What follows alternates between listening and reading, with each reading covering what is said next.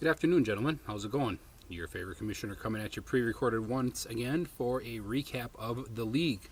This year we're on the League 11, as you all well know, and today we are recapping Week 2. Week 2 has officially been recorded into the books as complete, and we're going to go through the week that was the League 11 Week 2. So let's dive right into it, shall we? I'm just going to reorganize my screen here a little bit so I can take a look better. There we go. Obviously, we all know that it was a fun week this week. Some people would argue that teams that shouldn't have won. Some people would argue that that the wins that they earned or losses that they earned were well deserved. Both people in this league and NFL teams alike.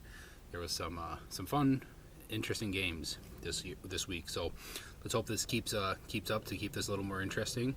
And with that, we're going to dive right into the first matchup. Yeah, come on, get. Sorry, be trying to get my beer. What is this, those Zinky days? First matchup we got is between Mitch and Perk. And Mitch comes out with the win here. 153 points to Perk's 145. Perk had a good showing for a guy who lost. 145 points typically wins most weeks, but not this week. Let's see what happened here. For Perk, he had Matt Stafford get him 21 points. He had Aaron Jones, 32 points. He had a few touchdowns last night. I think he had 2 of them. I don't know. I honestly didn't even watch most of the game. I think I was in bed by, 10 minutes left in the third quarter. Anyways, you guys don't care what I did last night. That was really all that's worth mentioning on Perk's team. He had a bunch of guys do really well. Jerry Jeudy, who I know all too well, did horse shit this week. Dalvin Cook laid a complete goose egg. I feel like I'm guessing that was Perk's first round pick. Come on, I'm trying to show bench players, but it won't clicky click. Whatever. Doesn't matter. On the other hand, Mitch, like I said, he had 153 points this week, and I would say almost a third of them came from somebody named Stephon Diggs. 45 points. That's a hell of a week out of a wide receiver. 3 touchdowns, 148 yards, 12 receptions. I mean, if you have a guy who gets you to 45 points, you should win almost every week. He also had Amon-Ra St. Brown. Got him 39 points. I feel like he had a really good week last week too. Might be a keeper candidate for Mitch next year. I mean, let's be honest. Through the first 2 weeks, he's got to be, I would guess, a top 5 wide receiver at this point. So Mitch, 1-1, and in third place, Perk, just like the Webster Sox. Webster Sox. That's where I'm looking for. Well, see, that's a bad comparison because Webster Sox actually are winning. I'd say the Vesley Warriors. Yeah, let's say like the Vesley Warriors, not winning, 9th place. Anyways, let's move on. I'm guessing I'm like 4 minutes into this recap already. I've already gone through one matchup. Next matchup we have is between Brandon, I believe. Yes, Brandon and Mike Bartushik. And Mike gets his second win of the year out of 2 weeks. That's pretty good. You're on pace to finish without a loss this year. That's not bad. 122 points to Brandon's 103. Mike is 2-0 and in second place. Brandon 1-1 and in 5th place. Let's take a look at the matchup. Cooper Kupp, Mike's namesake, 32 points this week. Not a bad showing out of him. 2 touchdowns for 108 yards and 11 catches. He also had Christian Kirk get him 26 points. Like any smart manager would. He did not bench Christian Kirk. The person who that reference was for will get it. The rest of you won't. So yeah, that's honestly the only 2 guys on Mike's team worth mentioning. Brandon, on the other hand, he had Lamar Jackson get him 43 points. And Buzz, woof. DJ Chark, nothing. Ugh. Yeah, I mean, literally almost half of Brandon's points came from his quarterback. So, not a good showing out of Brandon. All of the other guys sucked ass, including Justin Jefferson, who last week he was championing that he would be the number 1 wide receiver of the year. I don't know. We'll see. Depends on how they play Detroit. Anyways, next matchup, we're moving into come on, internet. I believe it is I believe it is Ben and Matt. Come on. This Jordan internet is terrible. Hold on. else is there to talk about?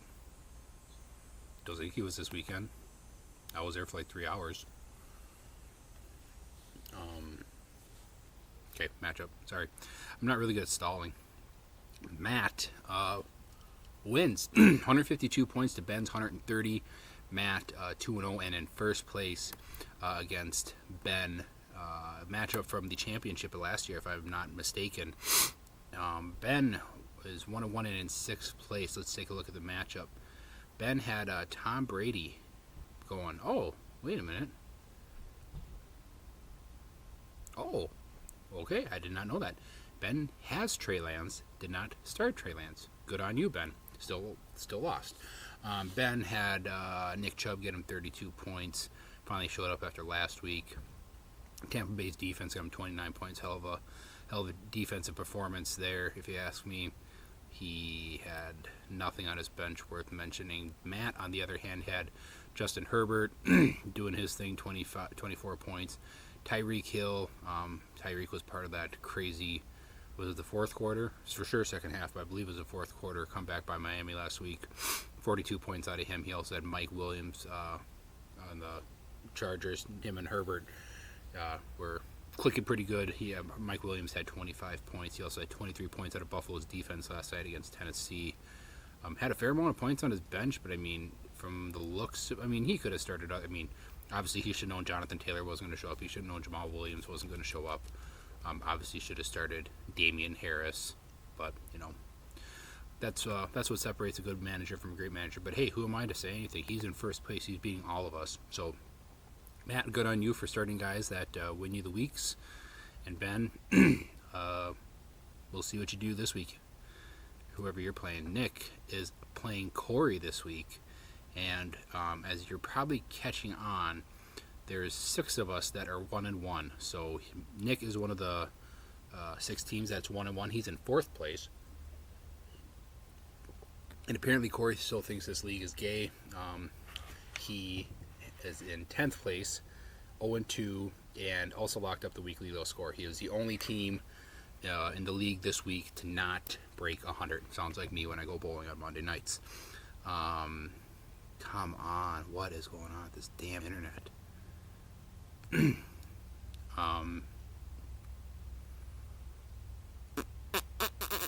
Here we go.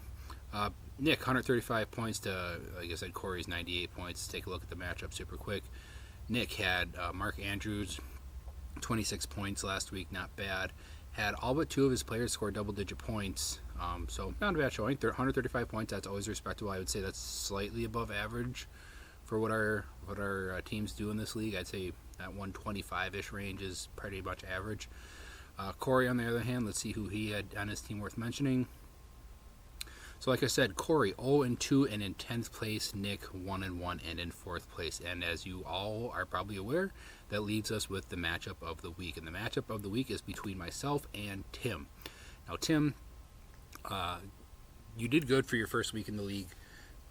You know, what do they call that? Beginner's luck or whatever it is. But when you run into the unstoppable force or the immovable object, such as former champions in this league, such as myself, you know, you're bound to fail. Just barely missing the weekly low score by like 2 points. Fucking B? God damn it. Sorry. You're probably wondering why I spaced out there. I was trying to think about B pun really quick, but I couldn't come up with anything. Nothing that was worth mentioning anyways. Me wins. 118 points to Tim's 101. Let's take a look at the matchup. I really only had one player worth mentioning, Jalen Waddle. As I said before, Tyreek Hill in Miami had that crazy fourth quarter or second half or whatever it was comeback, and Jalen Waddle was a big part of that. And God, till that beat a beehive. Okay, now there's 2 of them. Motherfuckers. Jesus Christ. Jalen Waddle, like I said, the second half, fourth quarter comeback, whatever it was, 40 points on Jalen Waddle. I had Kirk Cousins going last night. I had the other half of the Green Bay running backs. AJ Green started. Had Amari Cooper on my bench. Whatever, it doesn't matter. I win.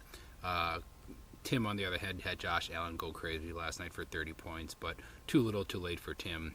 Tim and I are both 1-1, and we are both the first two teams out of playoffs if they started today, which they don't. He is in 7th, I am in 8th. So that concludes the recap for the week 2. I see I'm over my 10-minute mark, as I typically do, so I'm going to wrap it up. Instead of going into any other details, I'm going to go kill these fucking bees because they're pissing me off, and I'll probably be sending you guys Snapchats of getting my face attacked by stingers and all that fun stuff here shortly. We'll see you next week.